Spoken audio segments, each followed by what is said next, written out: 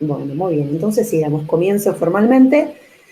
Y comentábamos recién que todo lo que tiene que ver con psicología de la emergencia es todo lo que ocurre cuando se desborda una situación, es decir, cuando hay un emergente, algo que sale de la normalidad, ¿no? Del cotidiano. En parte tiene que ver con lo que ustedes eh, comentaban de saber qué hacer y cómo ayudar a alguna persona en situación de emergencia, saber ponerse en lugar de esa persona que está vinculado con el principio de empatía y eh, en sí es lógico que ustedes lo piensen de este modo, toda vez que ustedes se están formando para socorristas o ya tienen una formación o ya tienen una trayectoria que tiene que ver con esto, ¿no? Con la cuestión de, de colaborar con otras personas. Ahora bien, por un lado ustedes saben que estos talleres son como bastante, ay, bastante participativos. Yo les voy a ir preguntando cuál es el punto de vista y vamos a ir partiendo de conceptos y de supuestos que quizás ya tenemos y que quizás por el hecho de tenerlos tenemos que revisarlos, ¿sí?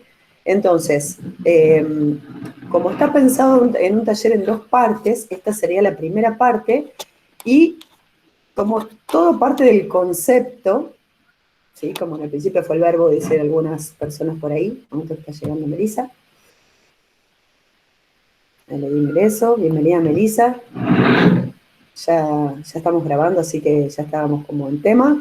Contame cómo estás, primero que nada.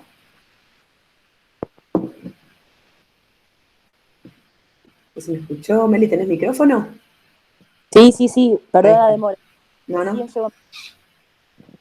Bueno, muy bien, bienvenida. Estamos hablando justamente un poco la introducción de lo que tiene que ver con psicología de la emergencia. Tiene varias facetas, veníamos hablando, pero como esto está preparado, decía recién, para que sea un taller de dos partes y está en vínculo con lo que Cris viene trayendo en las clases de supervivencia, bastante anteriormente, eh, tiene que ver con cómo también nosotros nos situamos yo estoy en un contexto de supervivencia, en un contexto en el que de repente lo que estaba establecido dejó de estarlo y entonces necesitamos ver qué hacer o ver qué pasa. Y decía recién que eh, indudablemente, quizás por misma formación que traigo, yo siempre acudo primero que nada a los conceptos, ¿no? A cómo nosotros nombramos las cosas y cómo nosotros ponemos en palabras el mundo, ¿no? El primer taller en el que nosotros estuvimos juntos, que fue más, el primero todos los que hicimos en 100, un objeto en peligro de derrumbe, tenía que ver con justamente con esto, ¿no? Con eh, la comunicación, cómo nosotros nombramos el mundo y cómo el lenguaje humano tiene la capacidad creadora, es decir, tiene la capacidad de eh, hacer que existan las cosas. ¿Las cosas a qué me refiero?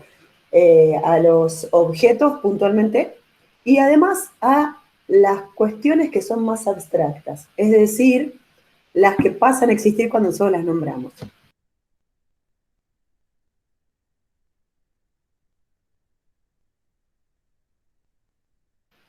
Listo, necesitaba un aviso acá en contexto, hablando de contextos. Bueno, bien, toda vez que empezamos a relacionar las palabras con lo que nosotros estamos planteando, esas palabras nos empiezan a dar respuesta, ¿sí? Yo voy a empezar a compartirles la pantalla, a ver, primero que nada, si puedo organizar esto, para que ustedes puedan ver qué es cómo lo traigo yo, ¿cierto? Cómo de alguna manera lo pienso para compartirlo con ustedes, ¿sí? Vamos a compartir pantalla por acá. Tengan en cuenta que cuando yo comparto la pantalla no los veo, así que no puedo leer lo que ponen en el chat, directamente abran el micrófono sin problema y me comentan, me preguntan, me interrumpen las veces que haga falta. Bien, vamos a correr este texto de acá y hacer esta presentación de esta manera. Bien, primero que nada el nombre de nuestra presentación es Psicología de la Emergencia justamente en el ámbito literal. Litera es originalmente letra, es decir, las palabras. Entonces, el ámbito literal quiere decir literalmente lo que es la psicología. ¿Por qué hago esta aclaración primero que nada? Porque cuando hablamos de el abordaje psicológico de las situaciones, esto en un punto concreto y de ámbito de trabajo, se pisa con el trabajo de los licenciados en psicología. Es decir, que en un punto, incluso desde el marco legal, pareciera que estamos ingresando en un ámbito para el cual hay que estar muy formado. Es decir, para poder abordar psicológicamente que esto implica terapéuticamente una situación, hay que tener la formación en psicología. Eso es lógico y es correcto y es concreto. Las veces que nosotros hablamos de cuidado en emergencia, como las veces anteriores, hablábamos de situaciones preventivas, es decir, cómo atajar una posible situación que no se transforme en traumática.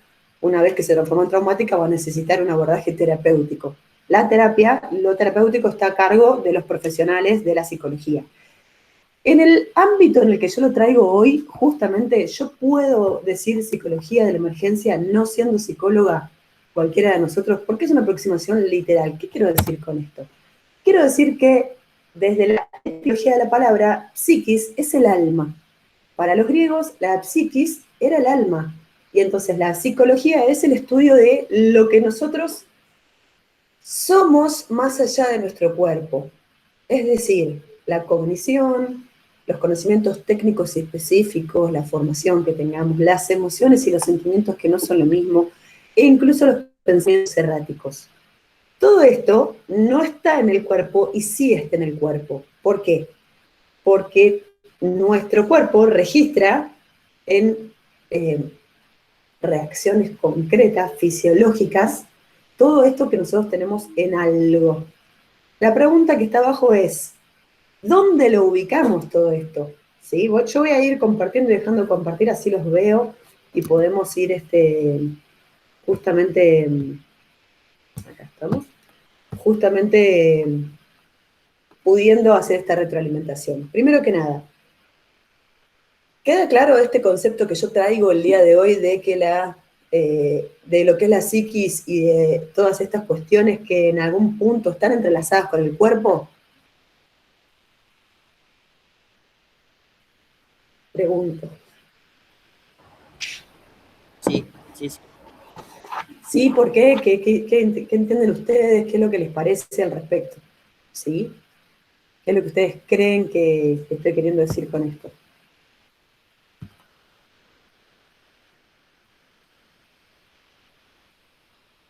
Fíjense, si yo vuelvo a la placa que estaba presentando, dice así: cognición, es decir, lo que yo conozco, ¿no? Lo que yo voy pensando, los conocimientos técnicos y específicos, ¿no? Jorge estudió guía de montaña, él sabe cómo manejarse en la montaña. No sé, Meli, vos sos guardavidas, ¿cierto? O el profe de educación física, no me acuerdo ahora. Acá, sí, sí, sí, sí, sí, las dos cosas. Las dos cosas. Bueno, Guardavida y entonces, sí, claro, su conocimiento técnico tiene que ver con esa formación. Después tenemos las exactamente. emociones y los sentimientos que no son exactamente lo mismo. Primero que nada, ¿sabemos cuál es la diferencia entre emociones y sentimientos? Creo que sí. A ver. Y las emociones cuando algo nos puede emocionar sobre algo donde, qué sé yo, una situación X puede tocar lo más profundo y tener una sensación de emoción, alegría, tristeza, lo que sea. Y sentimiento es cuando estás ya involucrado sobre esa situación, sobre esa persona, sobre esa cosa, donde te da un sentimiento un poco más, digo, ¿no? Más profundo, ¿no? Bien, ¿el resto qué es lo que piensa al respecto? Gracias, Ger. De nada. Puede ser que las emociones, o sea, por ejemplo, son como reacciones que tenemos ante algo, ya sea un enojo o felicidad, y por ahí los sentimientos es como interpretamos por ahí esa emoción y que la podemos manejar por ahí, o no sé, si es enojo, poder pensarlo y tranquilizarnos o demás. Bien. ¿El resto está de acuerdo? ¿No está de acuerdo? ¿Tiene algo más para agregar? Sí, yo creo lo mismo. Creería que emoción tiene que ver más con la acción y sentimiento con algo más desde la sensación. Me parece no la forma de expresarlo, como decía recién Augusto. Me parece que va más por ahí. Es decir, a ver si yo reformulo lo que ustedes van completando. La emoción es algo más espontáneo y el sentimiento es algo en lo que yo perduro. O sea, esa emoción quizás establecida ya como un sentimiento concreto o con más duración en el tiempo. ¿Sería así? Para mí Sí, sí, no sé. sí. Bien, estamos todos de acuerdo, correcto. Sí, tiene que ver con eso. ¿Por qué traigo esto yo? Porque todas estas cosas van a aflorar en situación de emergencia. Inevitablemente, no importa el rol que nosotros estemos cumpliendo. Todas las veces que nosotros estemos en un ámbito que de repente cambia, a esto llamamos emergencia, por eso en la placa hablaba del contexto, si la ven acá, es decir, la cognición, los conocimientos técnicos específicos, emociones, sentimientos, los pensamientos erráticos, ¿no? Si alguien leyó alguna vez algún libro de esos que emplea el recurso de corriente de la conciencia y ven que justamente tiene todos estos pensamientos que son como, nada, es toda esa cantidad de cosas que se mezclan cuando pensamos y relacionamos y vinculamos y solo lo podemos entender y seguir nosotros. Y, llegado el caso, la expresión de todo esto, es decir, cómo expresamos nosotros en palabras todo eso que está adentro, que lo entendemos, que lo podemos seguir, pero ahora necesitamos explicarlo de alguna manera. Y además ponerlo en contexto, ¿sí? Y la pregunta que les hacía yo recién es, ¿dónde lo ubicamos? Es decir, ¿dónde está eso de nuestro ser? ¿En qué parte creen que ustedes que está?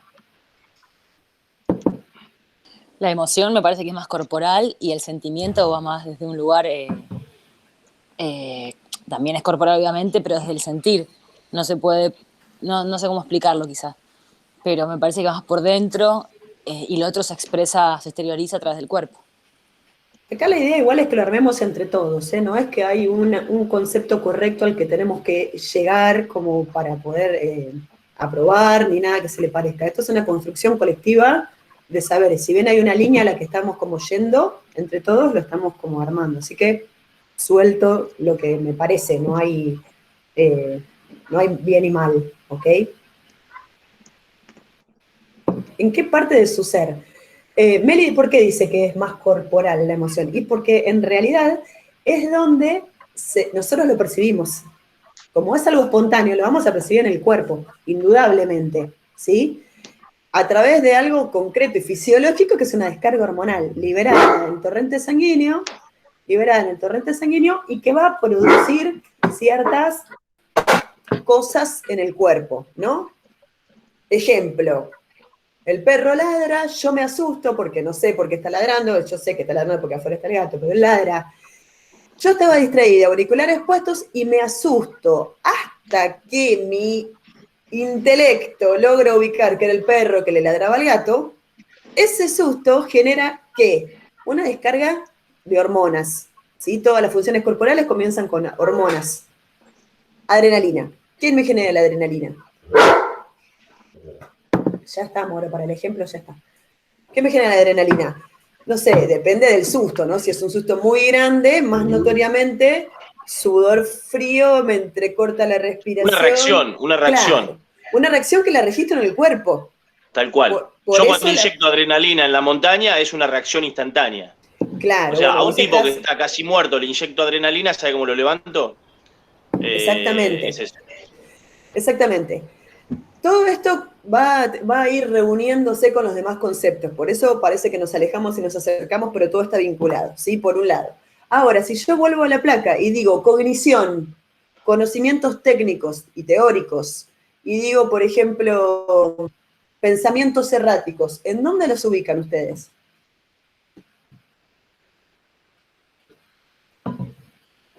¿Puedo?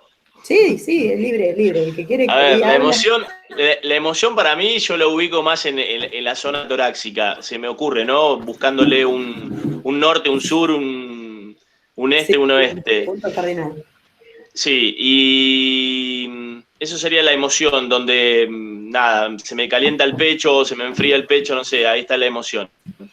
Y los puntos erráticos los tengo más en la cabeza, en el raciocinio, en donde me da la sensación, ¿no? Correcto. Donde lo hacemos consciente. Bien, todo eso está todo bien, ¿eh? Está todo correcto. ¿Alguien más tiene algo para agregar? Sigo entonces. No, Todo tal esto está cual, bien. A ver, decime.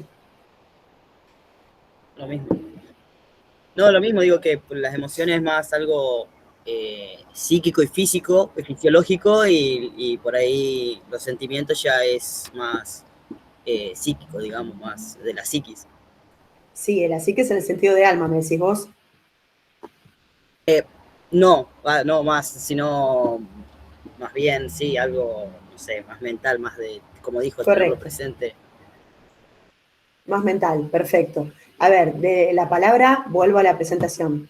De la palabra griega psiquis, que para ellos era el alma, ¿por qué hago yo la salvedad de para ellos? Porque después en la modernidad se asocia en realidad con la mente.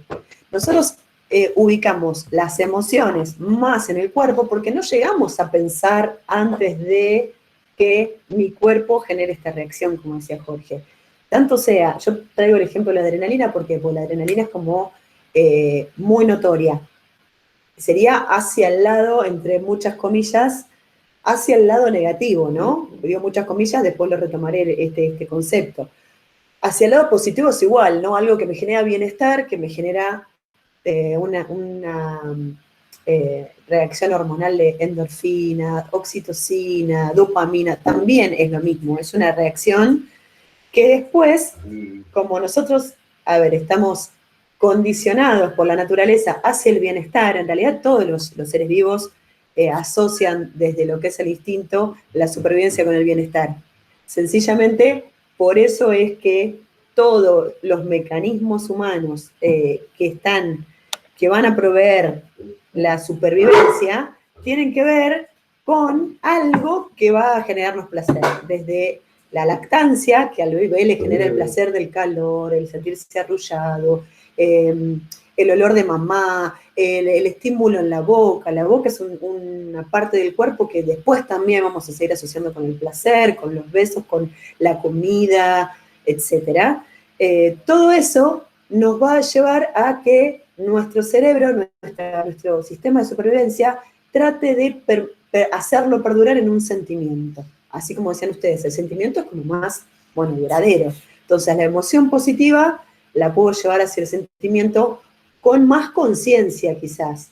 La emoción negativa también puede desencadenar en un sentimiento. Lo que pasa es que ese sentimiento a nosotros mismos nos va a hacer mal. Por eso venimos hace tantos años todos buscando cómo desprendernos de la ira, del enojo, de todas esas cosas que en el fondo nos terminan a nosotros haciendo mal. Bien.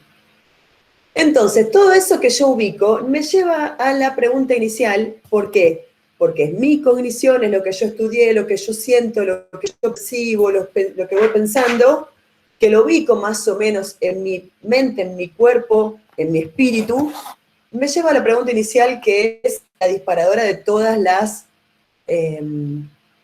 conversaciones del ser humano desde que empieza a preguntarse, ¿no? ¿Qué es quién soy? Ahora, si yo les preguntara a ustedes, dejo de compartir, esperen que voy a asesinar al perro en un instante y ya vuelvo.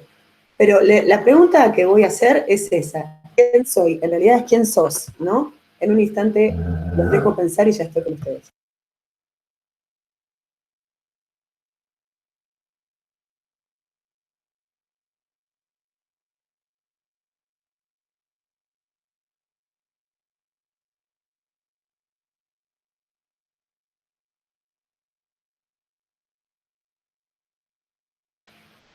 Estos son los efectos de las clases virtuales de cualquier tema que fuere que ingresan en las viviendas de las personas. Bien, ¿quién sos? Yo les empiezo a preguntar a ustedes, ¿no? Los conozco recién, los veo acá y digo, ¿quién sos? Los escucho. ¿Qué es lo primero que contesto?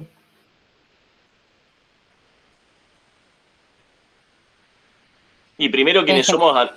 Dale, Melissa, dale. Perdón, Jorge.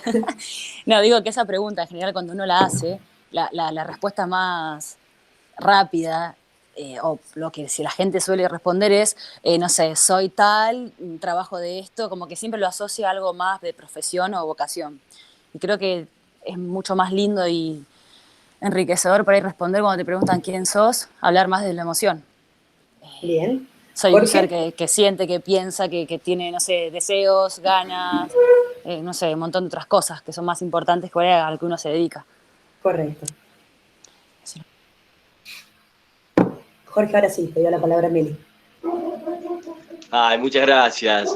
No, nada, no, pienso igual más o menos parecido a lo de Meli. Lo que pasa es que yo soy un poco más, en eso más práctico, más directo. A mí me preguntan quién sos y soy Jorge y después vemos, ¿viste? A ver si nos abrimos un poco más o no. Pero me parece que el quién soy es el nombre propio, es esa, en mi caso, ¿no? Sí, sí, Y son todas después correctas vemos. igual, ¿eh? Son todas No, no, tal cual, correctas. pero digo, en mi persona, que soy bastante práctico y sencillo, porque me han preguntado muchas veces, y soy esto, sí, Jorge. Y después cuando entras un poco más, ya ahí empieza a trabajar un poco el sentimiento que vos afinques, ¿no? Correcto. ¿Alguien más tiene algo para agregar?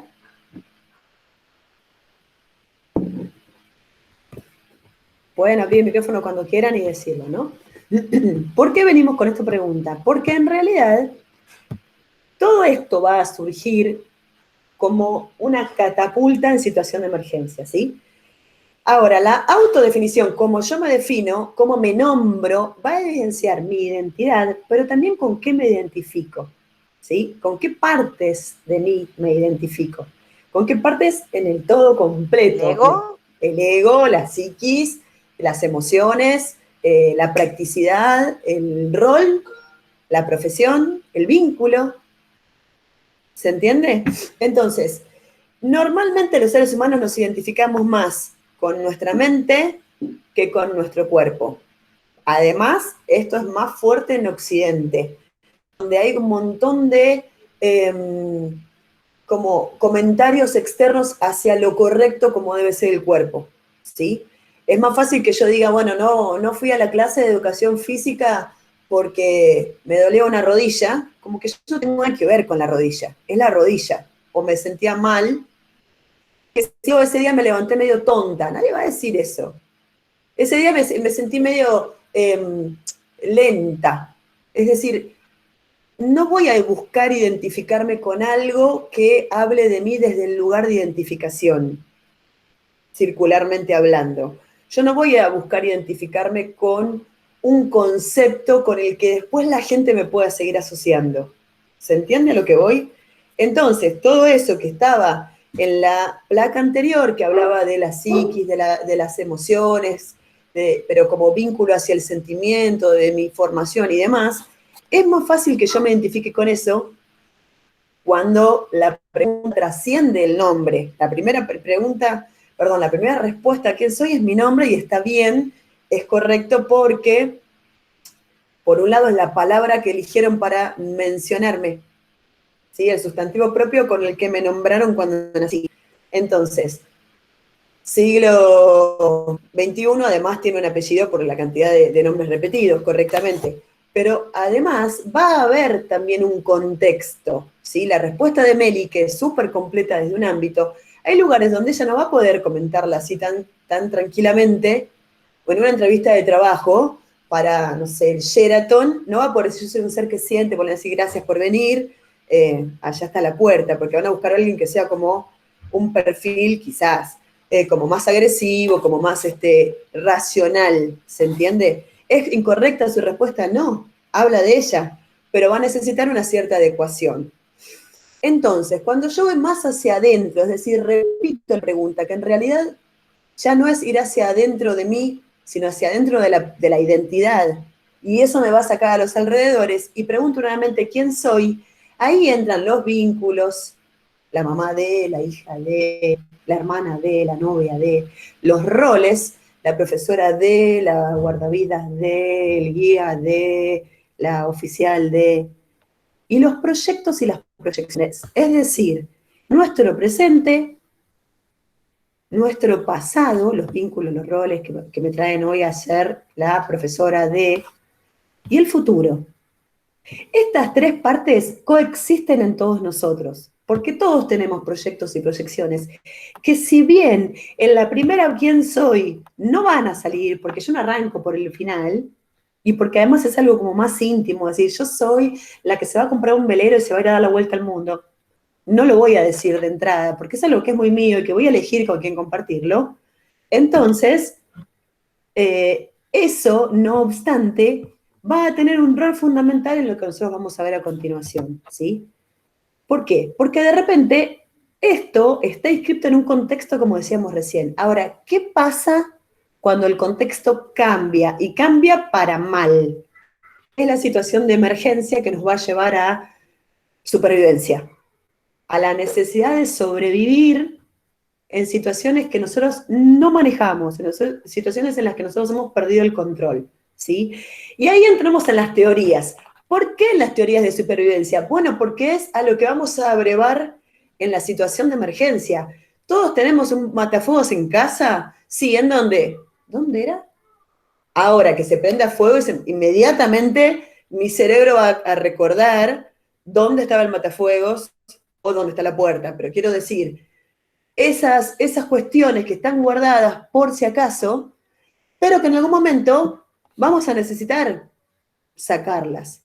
Entonces, como nosotros somos seres que tenemos eminentemente la capacidad de comunicarnos, necesitamos ver cuáles son esos conceptos que tenemos ya guardados con el matafuego abajo de la mesada, pero que en la situación de emergencia, que nadie espera, pero que todos sabemos que puede ocurrir cuando salimos, como el ejemplo del otro día, a la montaña, y se queda la camioneta a 2.700 metros de altura y cerca de la cordillera, del volcán y tal, ahora es cuando realmente lo vamos a usar. Ahí no vale, no sirven de nada las tablas de multiplicar, no sirven de nada los adjetivos ni las calidades de las células, ¿no? En cuanto a concepto. Ahí necesitamos ir a cuestiones puntuales que tienen que ver justamente con la supervivencia. Bien, ¿cuáles son las teorías de supervivencia que ustedes recuerdan? Ni bien las mencionamos así al voleo. Cuéntenme, por favor.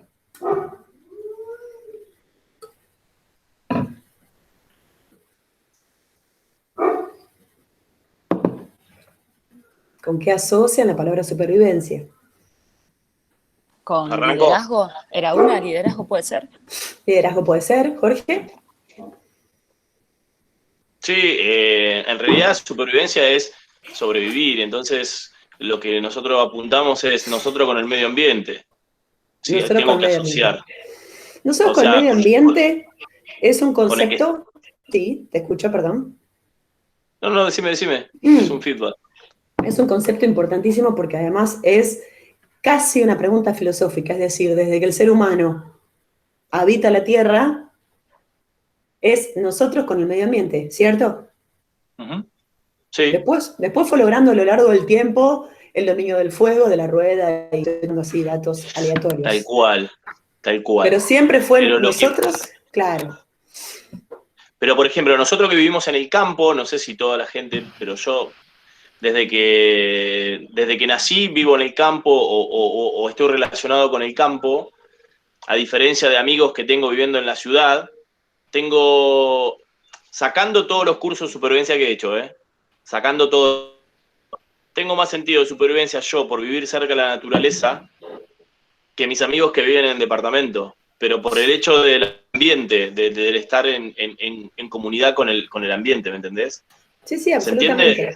¿Se entiende? Sí, Okay. Igual eso tiene un contexto puntual, Jorge, que es, si el incidente es, como escribió Cris el otro día, en la montaña, seguramente tenés más idea vos que alguien que vive en un 11º piso. No obstante, si el accidente es en las, pongamos, Torres Gemelas, quizás tenga más sentido de orientación a alguien que está acostumbrado a la ciudad. Es decir, el contexto va a ser variable, ¿sí? Si yo dijera que una persona ciega tiene menos posibilidades de supervivencia que una vidente, una que ve, que tiene el sentido de la vista funcionando, es correcto hasta cierto contexto. Es decir, cuando de repente se cortó la luz y no hay electricidad, pongamos, en toda la ciudad, como hubo hace un año y pico, no sé si se acuerdan, que hubo un corte de luz que afectó a casi toda Argentina, aparte de Chile, Uruguay, etcétera. Probablemente cuando se hiciera de noche, las personas ciegas tendrían más recursos que nosotros. Entonces siempre tiene que ver con el contexto, ¿sí? Ahora bien, cuando yo digo la supervivencia, nosotros con el medio ambiente, bien, ¿cómo nos relacionamos con el ambiente? Nosotros y el medio ambiente, ¿qué? ¿Por qué llegamos hasta acá la humanidad del siglo XXI? ¿Cómo tuvo que vincularse el ser humano con el medio ambiente, que además antes era mucho más arduo, quizás en condiciones climáticas y de vivienda, y de conseguir alimento y demás, y de protegerse de las fieras? ¿Cómo llegó hasta acá? ¿Cómo se vinculó con el medio ambiente? Se posicionó sobre el medio ambiente. ¿Qué más? Bien. ¿Quién más tiene otro punto de vista u otro comentario?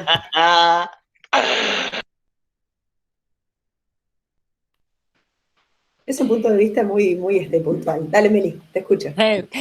No, sí, como dice Jorge, se posicionó sobre el medio ambiente, también fue por necesidad, desde el cuidado y desde un instinto muy primario. Y no sé, calculo que la palabra sería adaptación también. Bien.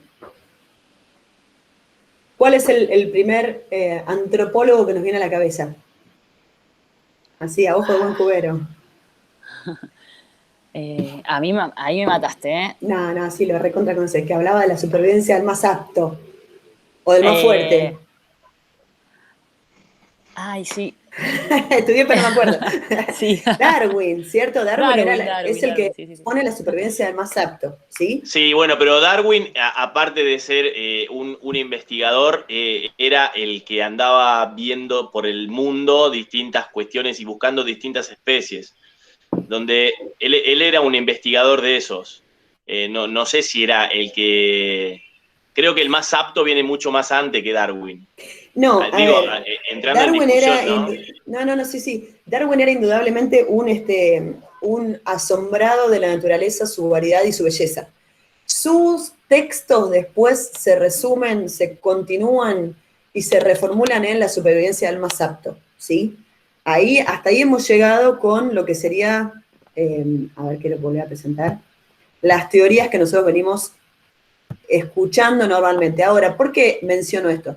Porque las teorías no son inocentes, porque nos han moldeado el pensamiento en algún punto, ¿sí? De hecho, esto que todos conocemos como lo más escuchado en nuestro contexto de crecimiento, de crianza, no es la única posibilidad. No obstante, nos han moldeado un pensamiento, ¿sí? Las mamamos estas teorías de alguna manera, ¿sí? La supervivencia es del más apto o del más fuerte, de quien más se adapta, decía Darwin, ¿sí? Del que logra adaptarse, ¿sí? Por ejemplo, ese ser cuasi anfibio que viviendo en el agua sale y logra adaptarse al medio aéreo y respirar, ¿no? Es dentro de la teoría de la evolución. Y después logra adaptarse a, no sé, los rayos ultravioleta que no estaban tan filtrados y generar una epidermis que de algún modo lo permitía, y así a lo largo se va armando toda la teoría. No obstante, no hay más modo de saberlo que teorizando, ¿sí? Vienen después cuestiones como mucho más filosas, como la de Malthus. La teoría de Malthus, yo estoy segura de que en algún momento la escucharon. Recontra mil resumida sería esta: la escasez de recursos se traduce en una lucha por la vida. ¿La escucharon ustedes? Es decir, habiendo pocos recursos, de repente tenemos que luchar por la vida. Yo les pido que ustedes, como en una pestaña aparte, vayan vinculando esto con todas estas clases en las que vengan hablando de repente tenemos un equipo que iba en una camioneta y demás. De repente vamos a tener que adaptarnos, vamos a tener gente más fuerte, menos fuerte, y de repente una escasez de recursos. La teoría de Malthus después se expone en propuestos o digamos, presupuestos más peligrosos, que son las de, bueno, para que la humanidad sobreviva, en realidad hay que reducirla en una cuarta parte, con lo cual, de repente, alguien tiene que tomar la decisión de cuál es esa cuarta parte, para reducirla, para que sobrevivan. ¿Es correcto? Lógicamente hablando, que hay que reducirla en una cuarta parte, una mitad de más, sí, es correcto. A lo que son las estadísticas, ¿no? Cuestiones de estadísticas. Bueno, pero eso bajado al ser humano que de repente, bájenlo a su realidad concreta, ¿no? De repente, digamos que estadísticamente hablando, de cada 100 personas que ustedes conozcan, hay que matar a 50 para que los recursos Bueno, alcancen. más o menos lo que se hizo con esta pandemia.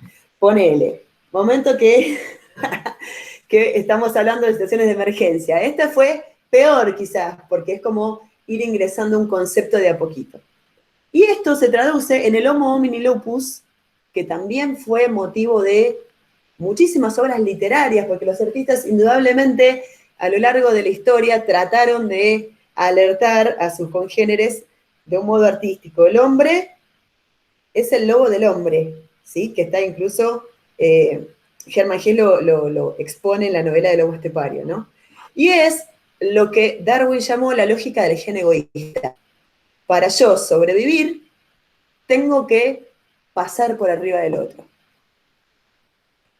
Yo comprendo que el antiguo ser humano que vivía caminando por la sabana y que tenía que enfrentarse con, no sé, metros más, metros menos, tigres dientes de sabre y cosas por el estilo, tormentas tremendas y, no sé, movimiento de las placas tectónicas, tuviera que en algún momento, de algún modo, imponerse sobre la naturaleza, ¿no? Yo imponerme sobre el entorno. Pero llegado al caso en el que nosotros ahora, siglo XXI, tenemos una escasez de recursos naturales, a partir de determinadas decisiones que se extendieron en el tiempo, es decir, de pasar por sobre la naturaleza como excesivamente, ahora nos encontramos con un señor Malthus que dice, bueno, hay que matar a la mitad. Y volvemos a esta lógica del gen egoísta que solamente en teoría es correcta, pero no es la única, ¿sí? Sin embargo, tenemos, por ejemplo, un señor que se llama Tuch, claramente no lo escuchamos prácticamente nunca porque su teoría no es tan radical, que dice, aunque la competición es una cuestión real, y él además justamente pone sobre la mesa la teoría de Darwin y dice que Darwin traiga una teoría que es lógica, no en ningún momento establece que sea real, que sea correcta. Y dice, la esencia de la vida es la cooperación. Y empieza a demostrar con numerosos ejemplos del reino animal, del reino vegetal, relacionado con otros reinos, como el reino de los hongos, que la cooperación en realidad es lo que le ha permitido a la naturaleza, con ser humano o sin ser humano, mantenerse estable a lo largo de los siglos, ¿sí? Ahora, ¿por qué estamos yéndonos tan lejos al ser humano que caminaba por la sabana? Porque el ser humano en situación de supervivencia es equivalente a cualquier mamífero. El miedo, el estrés y las situaciones fuera de control nos equilibran con cualquier mamífero, es decir, con una cebra, por ejemplo, principalmente con los herbívoros, ¿no? Que son los que son normalmente presas. ¿Por qué? Porque nosotros tenemos un miedo externo que nos va a significar que somos presa de alguna manera, ¿sí? Ahora, vuelvo por acá, así los veo. Bien, ¿por qué dice que es real y que es metáfora? Porque nosotros en realidad estamos como un pasito más complicados que el resto de los mamíferos, ¿sí? Ejemplo, la cebra esa que yo dejé en el comentario anterior, está tomando agua al lado del río, súper tranquila y relajada, todos sus sistemas en armonía, y de repente huele que hay una leona cerca. Entonces, como nos pasó a nosotros con el ladrido del perro, con la frenada del auto, con cualquier cosa, estímulo externo que genera adrenalina y genera estrés, corre para salvar su vida. Situación de supervivencia súper normal y básica. ¿Sí? ¿Hasta ahí me siguen? Sí. Sí. Bien. Corre con todas sus fuerzas y llega a ponerse a salvo. La leona quedó por ahí cansada y o se quedó a tomar agua y la cebra está fuera de peligro. Se siente fuera de peligro, su cuerpo sintetiza esta descarga hormonal de alto estrés y sigue su vida. ¿Qué pasa con el ser humano? El estrés en realidad es un mecanismo de defensa. Si yo no tuviera estrés, a la primera calle que quiero cruzar cuando salgo de mi casa me atropello un auto, porque yo voy sin estrés, no tengo ninguna señal de atenta, alarma, cuidado. ¿Se entiende? Entonces, el estrés me ayuda a sobrevivir. El problema con el ser humano es cuando el estrés se sobrecronifica. Entonces, es el estrés del ruido, el estrés de las preocupaciones por el trabajo, el estrés de tengo que conseguir un alquiler urgente, el estrés de los exámenes, el estrés de me peleé con mi pareja, el estrés de no sé cómo criar a mis hijos, etc. Se sobrecronifica. ¿Y cuál es el problema?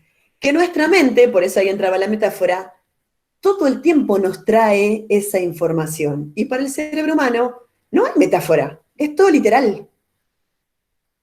Ahí están las enfermedades que los médicos llaman psicosomáticas.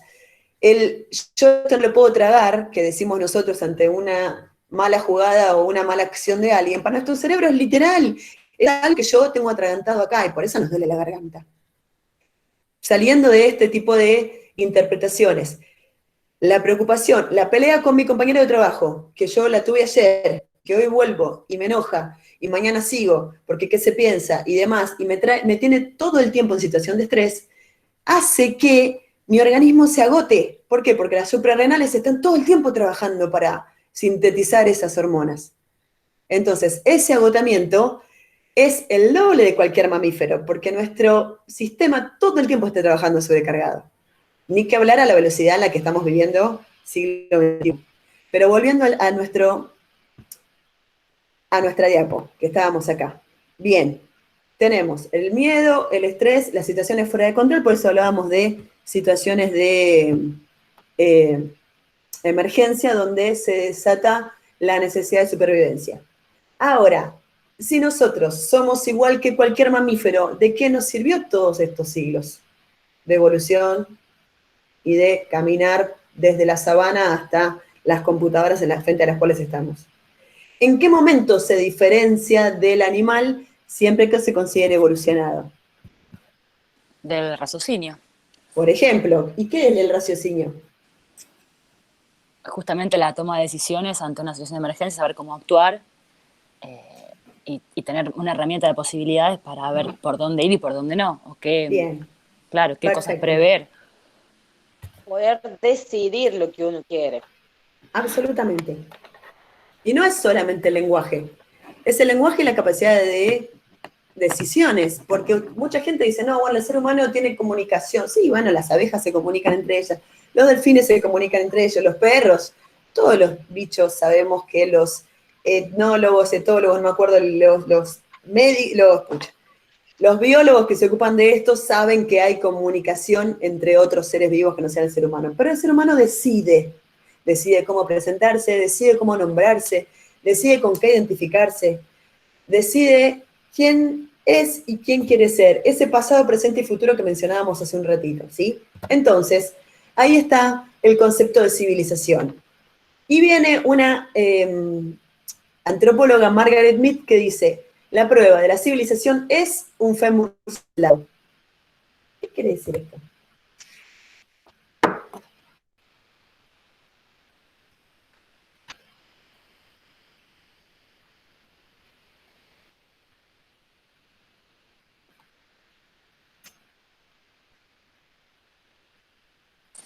No sé bien qué será, pero calculo que tiene que ver con que utilizó justamente una parte, no sé, un cuerpo, un fósil, lo que sea, para armar algún tipo de, no sé, utensilio para poder cazar o cocinar. Entonces tuvo la idea y pudo pensar en qué hacer para sobrevivir en ese momento.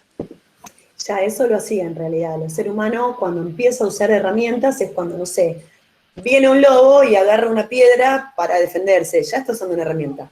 Agarra un hueso, un palo o algo. ¿Tiene que ver con algo más médico? Sí. Ah, ok.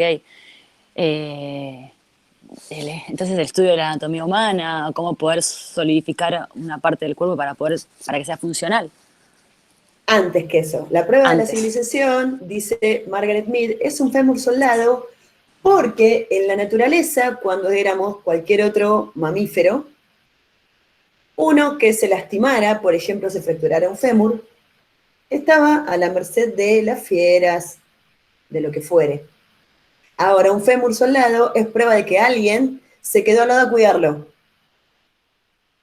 Entonces, ese ser humano tuvo la cooperación externa suficiente para poder sanarse, soldar el hueso y seguir vivo.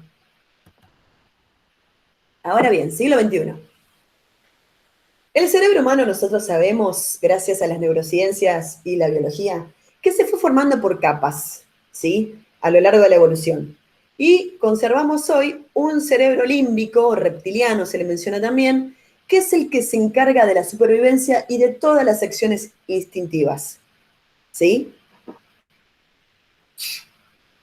Y un neocórtex, nuevo córtex, corteza más nueva, que es la que tiene que ver con el desarrollo de todos los lenguajes gestuales, palabras, comunicaciones, etc.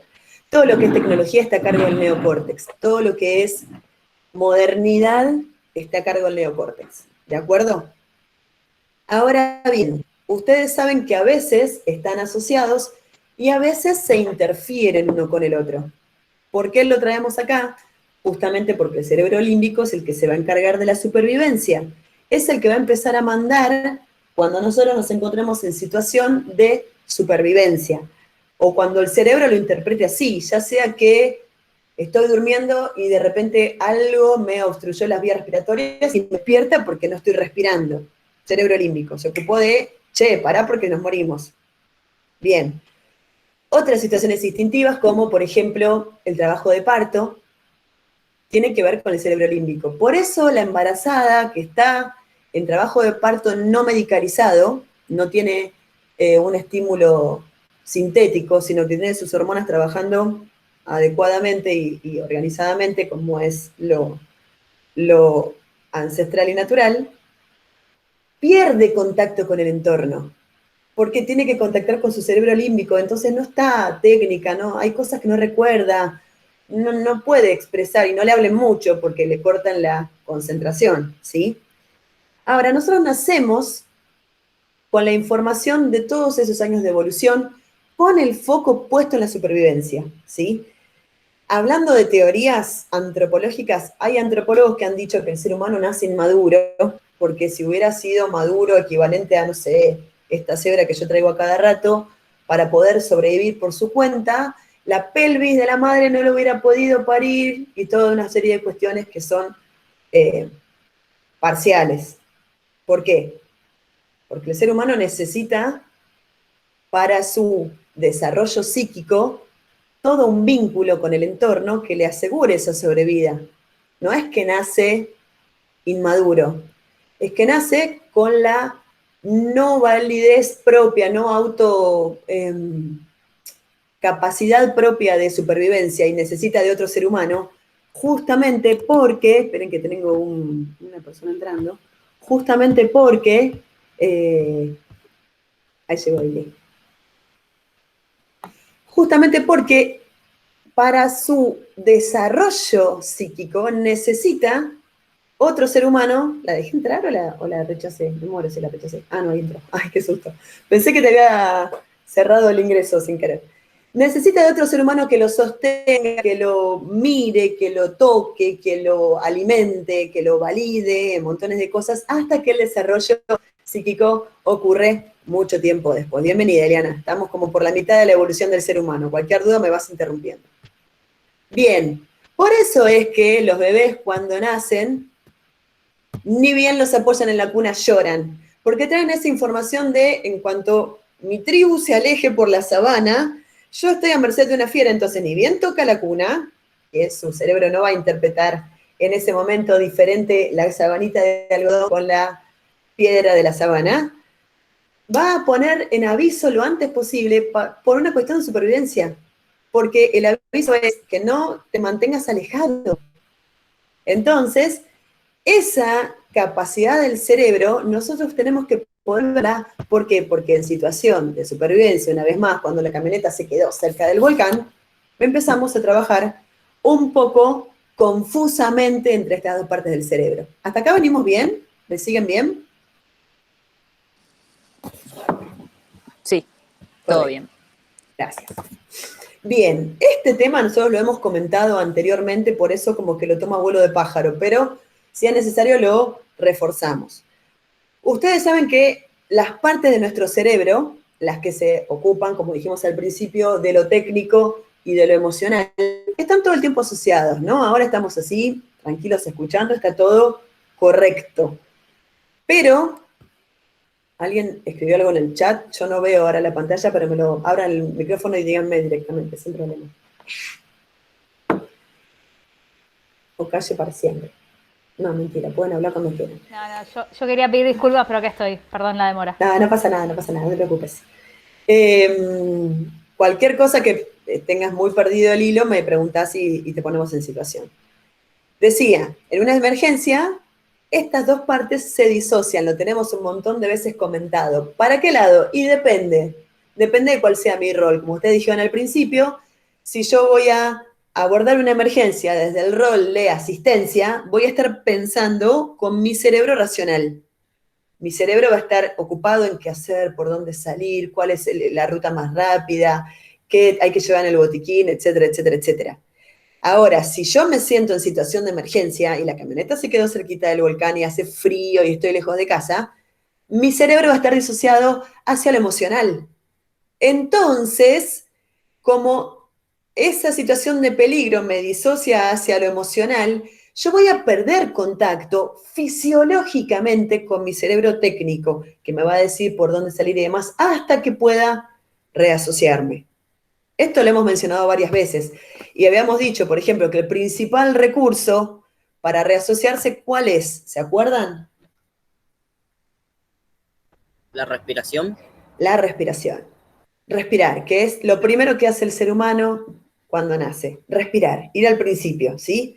Respirar claramente ahora con la parte más baja de nuestro torso, ¿no? Como llevando hacia el ombligo, por decirlo de alguna manera, para que eso me permita oxigenarme, bajar el pulso cardíaco, volver a concentrarme en lo que sí tengo que hacer, lo que necesito pensar y demás. Y una vez que me reasocie, y quizás necesite reasociarme más veces, establecer prioridades y organizarse, que es en donde habíamos quedado la vez pasada, no sé si lo recuerdan, con la clase de Cris. Bien, prioridades. ¿Cuáles son las prioridades? La vida, primero que nada. Tengo a alguien que está, no sé, obstruido y no puede respirar, es la prioridad en ese momento. Las heridas, porque me pueden significar que la vida un poquito más adelante esté en peligro, ¿no? Por eso la progresión en el tiempo. Esa misma progresión en el tiempo es cuánto tardarán en encontrarnos, cuánto tardarán en dar la voz de alarma de salimos y no avisamos que llegamos, cuánto tardará mi familia en decir, che, pero no sabemos nada, ¿qué habrá pasado? ¿Le habrá pasado algo? ¿Llamamos? ¿No llamamos? ¿Pedimos ayuda? Y después las necesidades básicas, refugio, alimento y después rescate para volver a la normalidad. ¿Sí? Acá habíamos llegado la vez pasada cuando entre risas mandamos a Jorge y a Flor a caminar, porque total había solo 130 kilómetros hacia el puesto más cercano. Y hablábamos de esto, ¿no? De cómo resolver todo esto. Todavía no hemos hablado de cómo resolver ¿cómo es esto? El refugio, el alimento, el rescate, por eso son talleres en dos partes y yo lo quería mencionar. Organicemos. Diferencia entre grupo y equipo. Los escucho.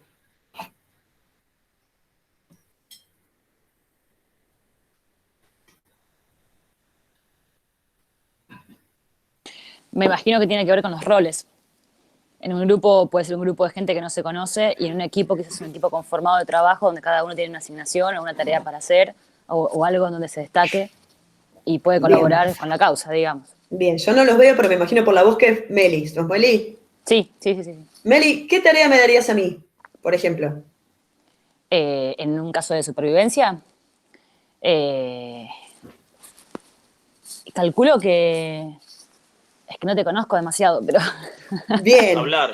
claro, contale cuentos para que, no sé, claro, para para que se tranquilizar. entretenga. Bien, primer punto, para formar un equipo necesitamos saber. ¿Qué sabes Claro. hacer? Me va a decir Meli. Claro. Yo sé cocinar hormigas coloradas, y listo, me pone a juntar hormigas coloradas, ¿sí? Pero primero que nada, ¿por qué menciono esto también? Porque todo el mundo también, un poco asociado al mismo paradigma de Darwin y demás, dice liderazgo. Depende, porque si el liderazgo es, como dijimos antes, en un edificio totalmente oscuras y que sea el cieguito, no, que no sea el tipo que recontra sabe de comunicación y de sistema de ventilación y electricidad, que sabe un montón, es el más preparado de todos, pero que vaya cieguito adelante. Entonces, el liderazgo también es relativo, porque va a depender del contexto y porque también es un arma de doble filo. No, déjeme que organizo yo. No, yo. No, mejor yo porque yo soy guía de montaña y terminan peleándose y se terminó el equipo. Entonces, en este momento, como tenemos una situación de emergencia que engloba a todas las personas que están presentes, cooperación. Para la supervivencia, cooperación. Después, cuando nos resolvemos quién era el más canchero, quién era el más capo, quién era el más inteligente, el más capaz y tenía tantas medallas y diplomas. El punto es que ahora necesitamos ver las necesidades de todo el equipo, las habilidades de cada persona y cuáles son las posibilidades si las coordinamos. Este es el punto en el que nosotros nos quedamos cuando empezamos a decir, bueno, pero ¿a quién mandamos caminando? Porque este tiene un montón de conocimiento, pero resulta que está herido. Y este es súper deportista, pero ahora tiene un bajón porque se piensa que no va a ver nunca más a su mamá. Y entonces no sé si no se sienta a llorar acá a 1 kilómetro.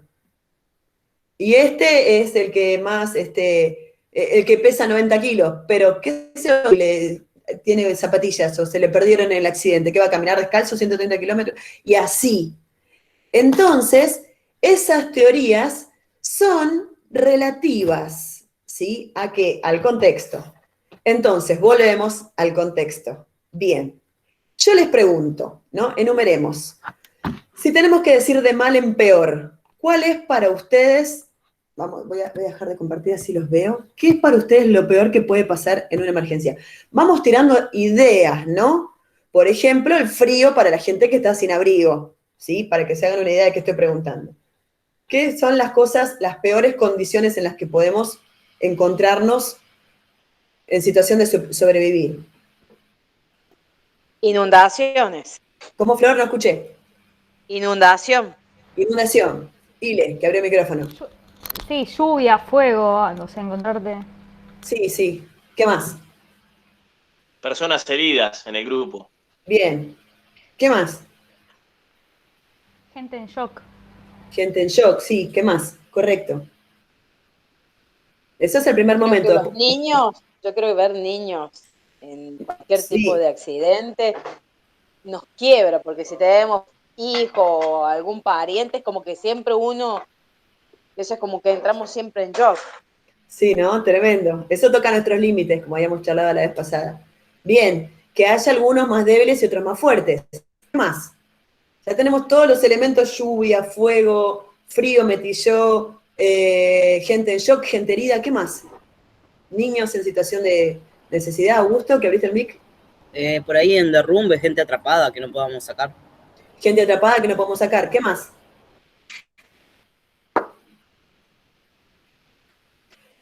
Acuérdense que estamos hablando de una emergencia que se extiende en el tiempo y ustedes piénsense dentro de la emergencia, no se piensen todo el tiempo como socorristas. Por el mero hecho, como dijo Marisa al principio, de poder saber qué es lo que siente la gente, tenemos que por lo menos hacer el ejercicio mental de pensarnos adentro, ¿sí? Meli, ¿qué ibas a decir? No, escasez de recursos. Llegado un momento que no tengamos ni comida, ni agua, ni un refugio, ni donde quedarse. Correcto. ¿Qué más? Frío, nos falta comida, nos falta alimento, nos falta abrigo, nos falta refugio.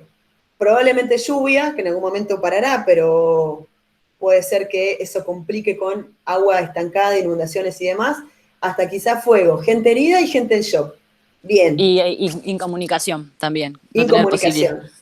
¿Qué pasa si juntamos todo eso? ¿Cuál es el ejemplo que podemos poner para ilustrar todo eso?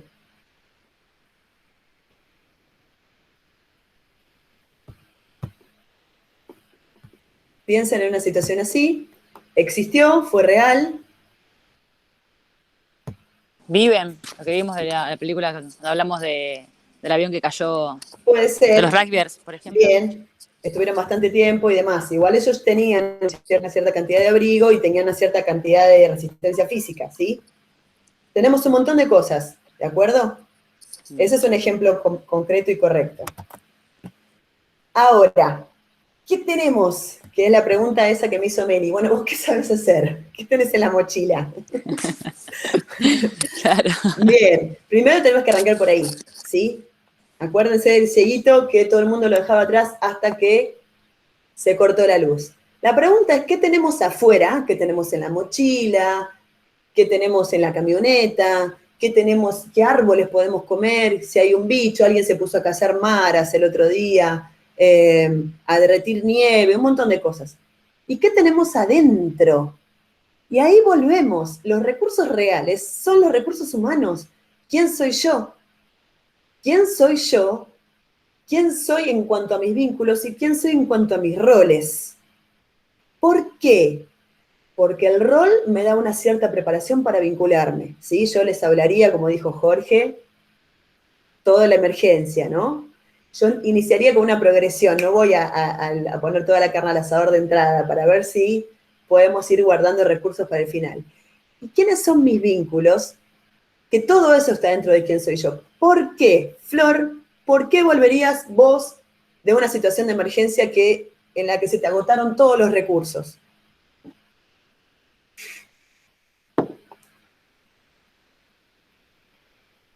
No te entendí bien, disculpa, Mai. ¿Por qué seguirías vos intentando volver de ese lugar de allá, de la Patagonia, cerca del volcán, hacia Córdoba? ¿Qué es lo que a vos te llevaría como norte hacia adelante a no darte por vencida en ningún momento? Y sobrevivir, llegar a casa, Llegar a casa. ¿Y quiénes están en vínculos, casa? hijos. Por ejemplo.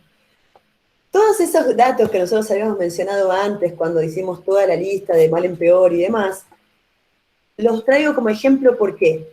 Porque nosotros tenemos ahora una situación hipotética en la que ninguno de nosotros estuvo, ¿sí? Quizás el que más cerca estuvo fue Jorge, les digo lo que he charlado con ustedes, quizás alguno estuvo en algo peor, pero como él es guía de montaña, se ha encontrado en, no sé, tormenta de nieve, se me vuela la carpa, cosas por el estilo. Pero situación que además perdurara en el tiempo, como la gente de Uruguay de los aviones o demás, no hemos vivido. Si alguien lo vivió, cuéntelo ahora, con detalles.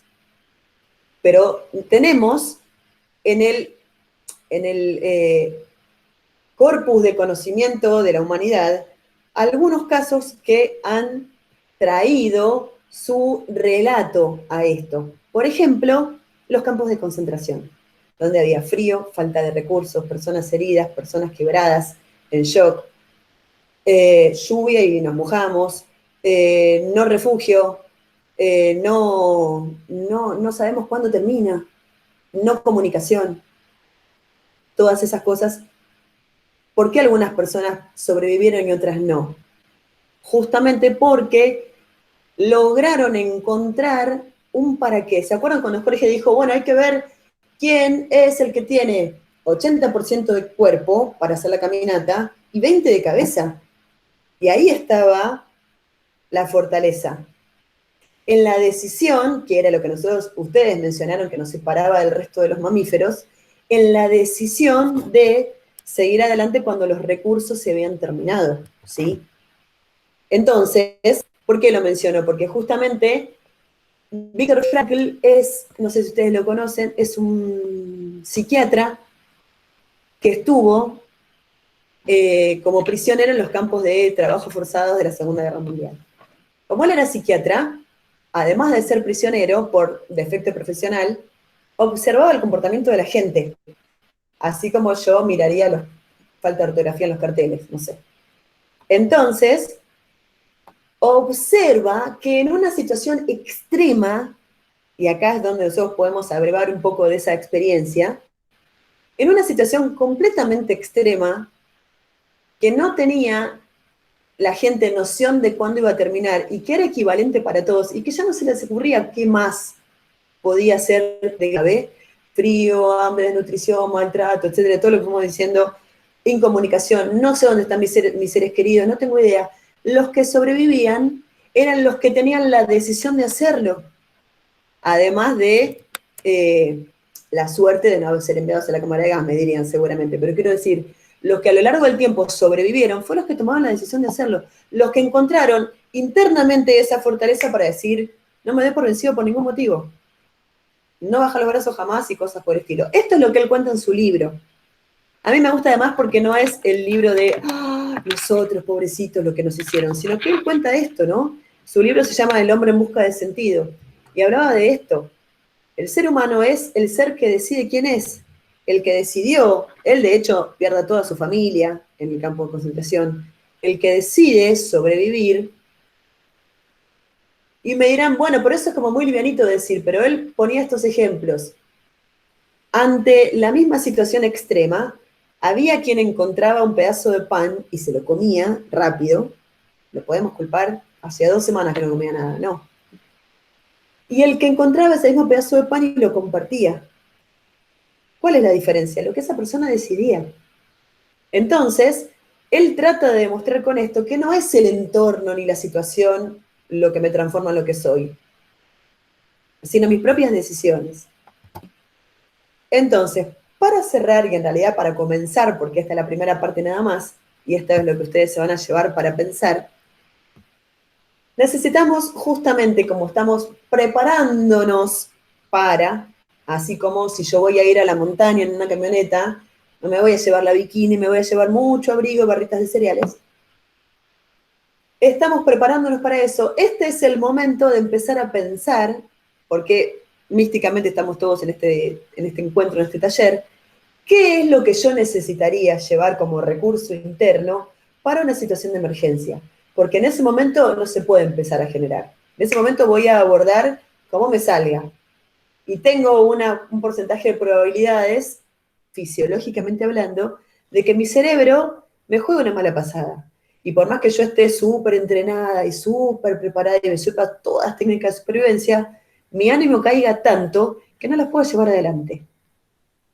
Entonces, para cerrar y comenzar, yo les pediría que ustedes se pregunten, quizás hasta como pregunta retórica no tengan una respuesta concreta, ¿qué sé? Es decir, ¿qué es lo que yo voy a aportar a este equipo que de repente se encontró en una situación de supervivencia? ¿Qué quiero? ¿Por qué y para qué? ¿Cuál es la diferencia entre el por qué y el para qué? El para qué me va a llevar a proyectar hacia adelante y lo que yo necesito es tener un adelante, un norte, una razón de vivir que me lleve a no darme por vencido y a que mi ánimo se mantenga intacto, a pesar de todo, a pesar de los pesares, ¿sí? Y esto no es ni más ni menos que quién soy. ¿Hasta acá tenemos preguntas?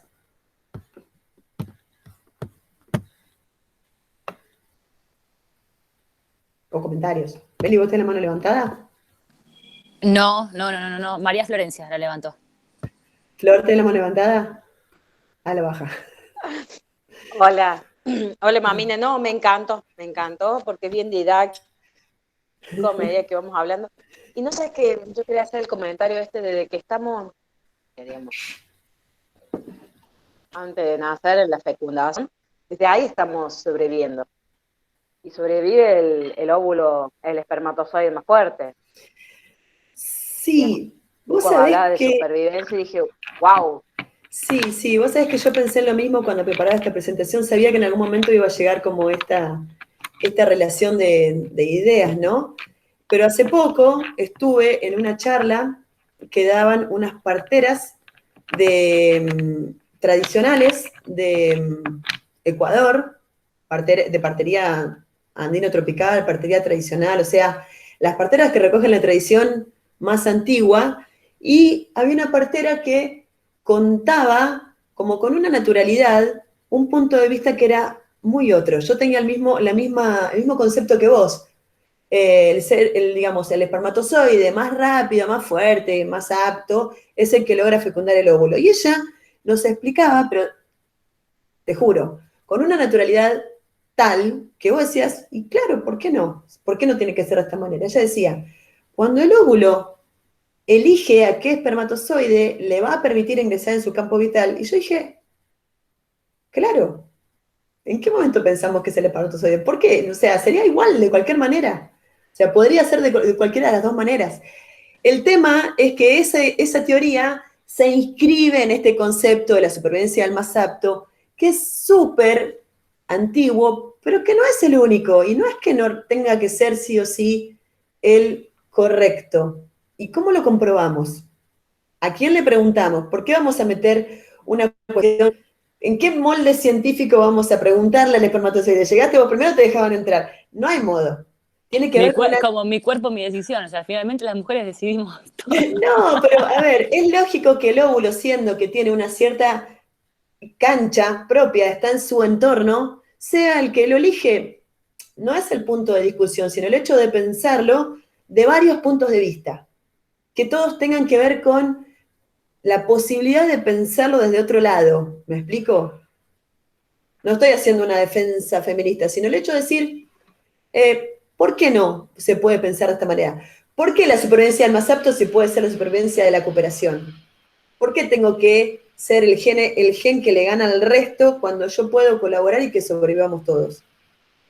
No, ¿puedo, May? Indudablemente sabía que ibas a opinar. Dale. Sí, yo opino de esto, ¿no?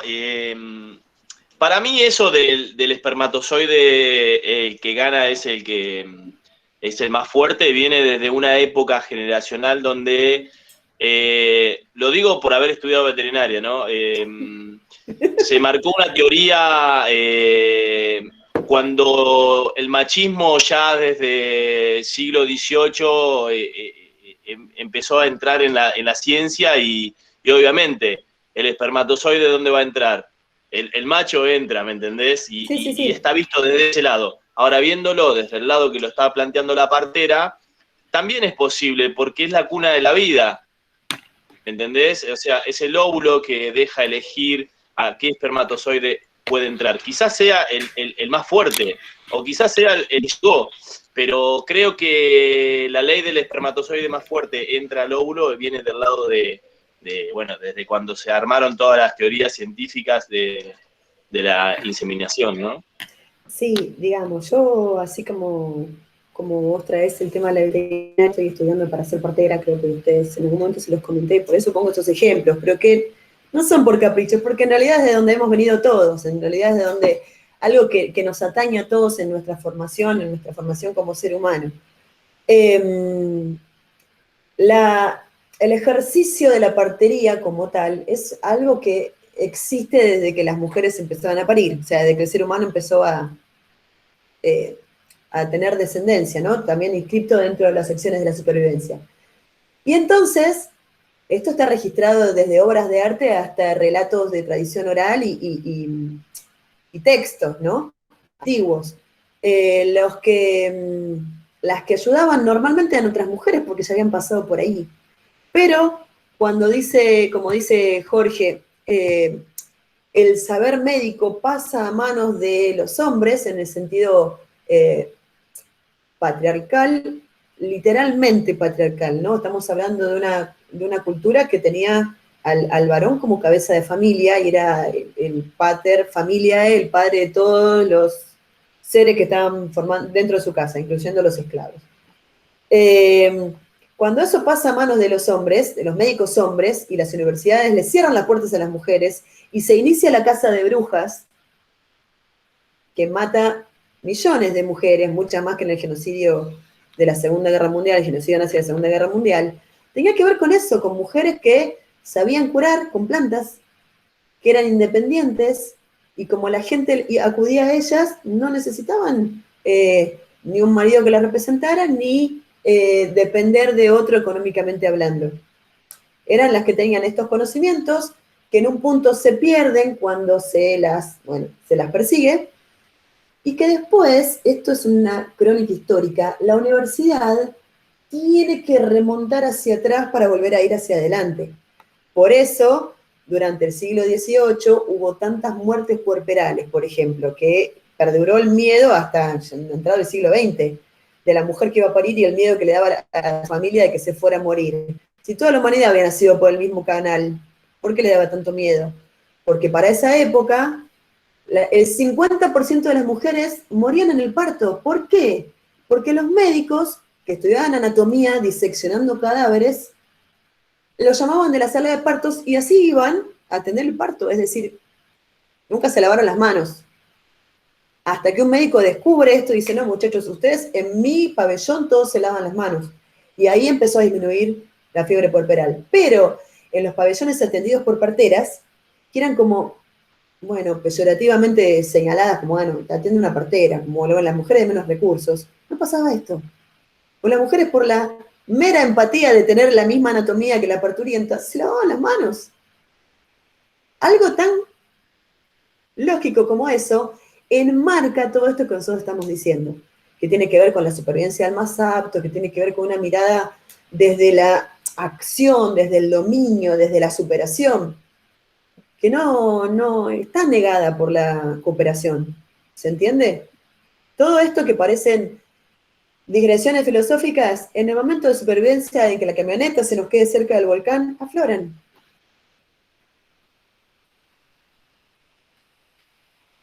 Porque están en la memoria de nuestra raza. ¿Tienen alguna pregunta o la grabación?